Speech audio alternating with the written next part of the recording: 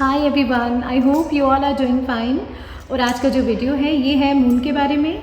अगर आपकी कुंडली में आपको पता है कि मून एफ्लिक्टेड है तब भी, और अगर आपके पास कुंडली नहीं है तब भी मैं कुछ ना कुछ ऐसे साइंस एंड सिम्टम्स आपको बताऊंगी जिससे आपको पता चल जाएगा कि आपका जो मून है वो अच्छा नहीं है और आपके मून को हीलिंग की ज़रूरत है।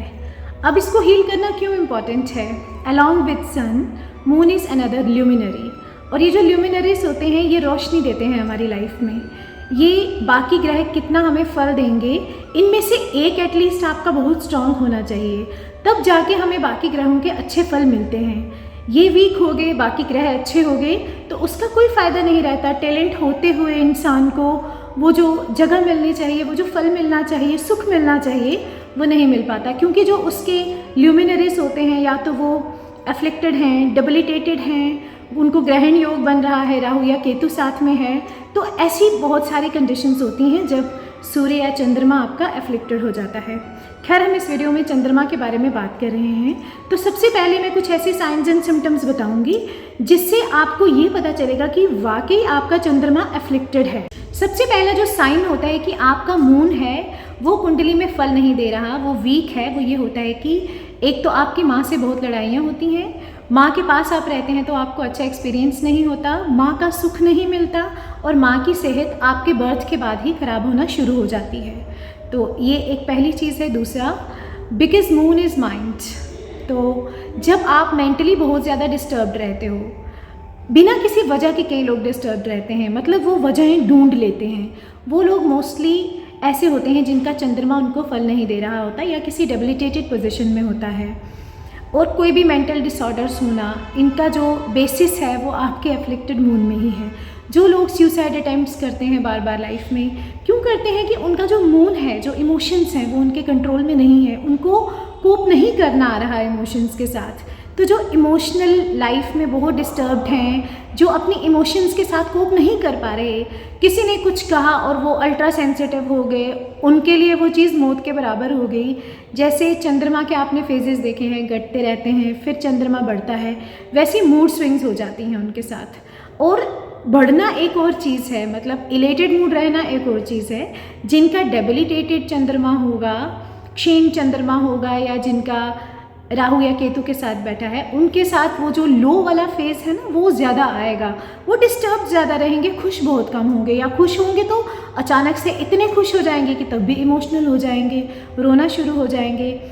और एक और चीज़ होती है कि उनको कैल्शियम की डिफिशिएंसी रहती है।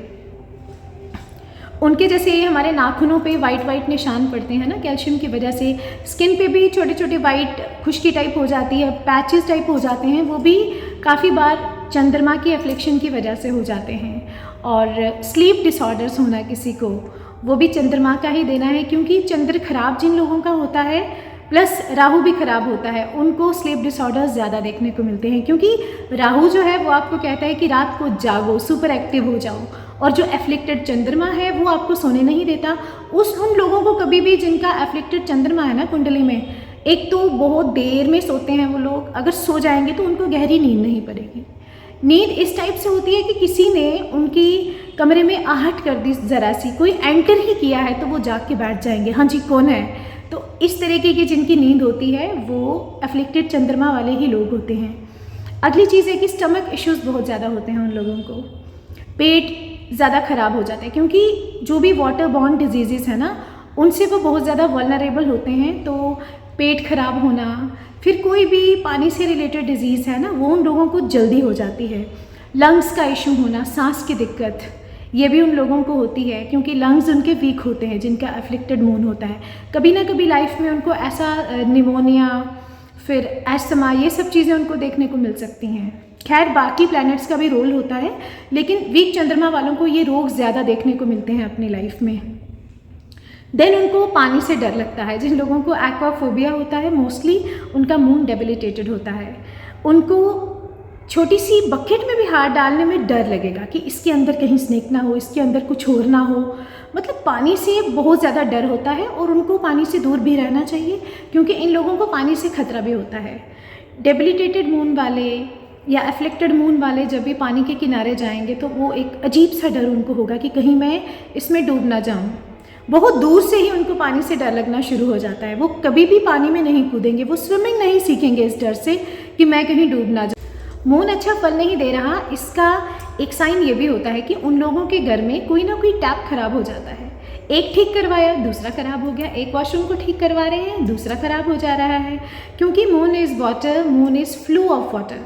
और कुछ लोग ऐसे होते हैं ना, वो इतने चिड़चिड़े होते हैं कि आप उनको मजाक कर रहे हो, वो या तो खुद डिप्रेस हो जाएंगे उस मजाक की वजह से, मतलब किसी तरीके से उसको माइंड में ही अपने मोल्ड करके कुछ और ही बना लेंगे, सोच में पड़ जाएंगे, आपसे बात करना बंद कर देंगे, या उस टाइम पे वो इरिटेशन वो शो कर देंगे, कोई बदतमीज़ी वाला जवाब आगे से दे देंगे। तो ये लोग खुद मजाक करेंगे लेकिन दूसरों का मजाक बिल्कुल भी बर्दाश्त नहीं करते, ओवर सेंसिटिव होते हैं। ये लोग भी वो होते हैं जिनका चंद्रमा वीक होता है। दूसरा, जिन लोगों के घर में पैसा नहीं टिकता, आता है लेकिन टिकेगा नहीं, उनका भी चंद्रमा वीक होता है, क्योंकि मैंने आपको जैसे बताया कि जो मून है वो फ्लो है, तो मनी का फ्लो भी मून ही रिप्रेजेंट करता है। उन लोगों के घर में पैसा कभी भी नहीं टिकेगा। अगर वो जोड़ने की कोशिश करेंगे तो किसी बीमारी में लग जाएगा, लेकिन टिकेगा नहीं। अब चंद्रमा की रेमेडी कैसे करनी है, इसको हील कैसे करना है, तो सबसे पहले मैं एक ज़रूरी बात बता दूं। आप सब लोग जानते भी होंगे कि जो चंद्रमा थे, इनको जब क्षय रोग हुआ था राजा दक्ष के कर्ज की वजह से, तो भगवान शिव ने ही वो क्षय रोग ठीक किया था। उसके बाद भगवान शिव ने चंद्रमा को अपने माथे पर धारण किया था।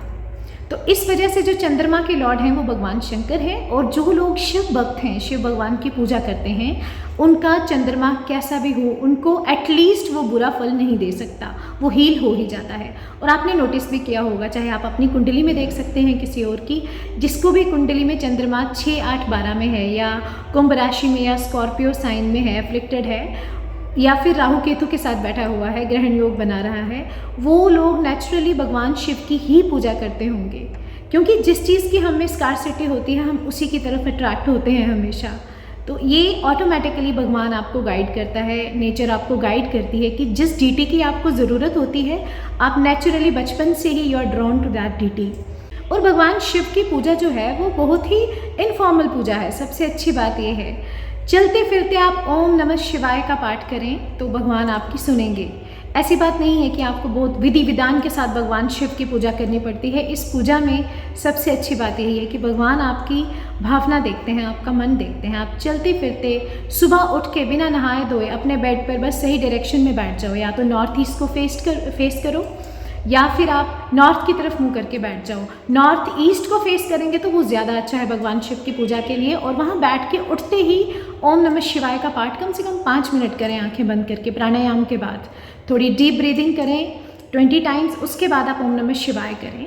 सोने से पहले भी ये करें। और जो कहीं नहीं कर सकते, जिनको बिल्कुल टाइम नहीं है, वो ड्राइव करते हुए या कुछ भी आप कर रहे हो ना, आप चलते फिरते गृहस्थी में भक्ति कर रहे हो भगवान शिव की, वो आपकी स्वीकार होती है। अब दूसरी चीज़ ये है कि पानी को वेस्ट ना करें। अगर आप चाहते हैं कि आपका चंद्रमा आपको कभी भी बुरा फल ना दे, आपको पानी वेस्ट बिल्कुल भी नहीं करना है। जो भी आपके घर में लीकेज है पानी की, पानी वेस्ट होता है कहीं पे, तो उसको मेंट करवाएं, उससे भी आपका चंद्रमा ठीक हो जाएगा। क्योंकि जो पानी की लीकेज होती है ना, ये एक वास्तु दोष क्रिएट करती है कि उस इंसान के घर में पैसा नहीं टिकता। जैसे पानी वेस्ट होता जा रहा है, उस इंसान का पैसा भी वेस्ट होता जाता है, बिना अनचाही चीज़ों के लिए, बीमारियों के लिए, किसी और चीज़ के लिए। तो सबसे पहले अपने घर में टैप्स जो हैं वो मेंट करवाएं ताकि पानी वेस्ट ना हो। दूसरी चीज़ है कि पेड़ों पौधों को पानी दें, स्पेशली मंडे के दिन। आप ये करते हैं तो भी आपका चंद्रमा जो है वो खुश होता है। और तीसरी जो रेमेडी है इसको हील करने के लिए, वो ये है कि सोमवार के दिन अपने बॉडी वेट के बराबर चीनी और चावल, ये 2 चीज़ें आप खरीदें और वो कहीं जाके बच्चों के स्कूल में, जहाँ गरीब बच्चे हैं, वहाँ पे जाके दान कर दें, उनको खिला दें, तो आपका चंद्रमा हील होना शुरू हो जाएगा। नेक्स्ट है कि अपनी जो मदर हैं उनको हमेशा रिस्पेक्ट करें। और ये बहुत बड़ी चीज़ है, आप कोई रेमेडी पूजा नहीं भी करते हैं, अगर आप अपनी मदर को रिस्पेक्ट करते हैं तो आपका चंद्रमा समझो हील्ड ही है। अब कई बार मदर भी गलत होती हैं, मदर भी कुछ ऐसा कहती हैं कि हम रिएक्ट कर देते हैं। बस माँ की डांट को थोड़ा प्रसाद की तरह स्वीकार करें। अगर नहीं कर सकते तो वहाँ से चले जाएं, जैसा मैंने पिछले सन के वीडियो में भी बताया था कि उस जगह को क्विट कर दें, ताकि आपके मुंह से कुछ ऐसा ना निकले जिससे आपकी मदर गलत होते हुए भी आपको कर्ज करेंगी। तो ये काम आप ज़रूर करें, मदर को रिस्पेक्ट करें, उनसे हफ्ते में 1-2 बार अगर आप बाहर हैं, बहुत दूर हैं, तो बात ज़रूर करें, इससे उनको खुशी मिलेगी। और जब पूर्णमासी का चंद्रमा होता है उसके नीचे आप एटलीस्ट 10 मिनट ज़रूर बैठें। वहाँ बैठें, वो एक ऑटोमेटिक हीलिंग होती है। वहाँ बैठ के अगर आप ओम चम चंद्रमसे नमः या कोई भी ओम सोम सोमाय नमः, कोई भी चंद्रमा का मंत्र जो आपको अच्छा लगता है, या भगवान शिव का कोई मंत्र है जो आपको बहुत पसंद है, या सिंपली ओम नमो भगवते वासुदेवाय नमः। आपका भी अगर चंद्रमा एफ्लिक्टेड है, आपको ये साइंस एंड सिम्टम्स एक्सपीरियंस होते हैं, तो आप ये रेमेडी ज़रूर करें, अपने चंद्रमा को हील करें और अपना प्रेशियस फीडबैक मुझे ज़रूर दें। आपको वीडियो कैसा लगा, या कोई ऐसा स्पेसिफिक टॉपिक है जिस पे आप चाहते हैं मैं वीडियो बनाऊं, तो मैं वो भी बना सकती हूँ। आप अपने सजेशन ज़रूर दें। हम नेक्स्ट वीडियो में मिलेंगे, तब तक के लिए बाय, टेक केयर।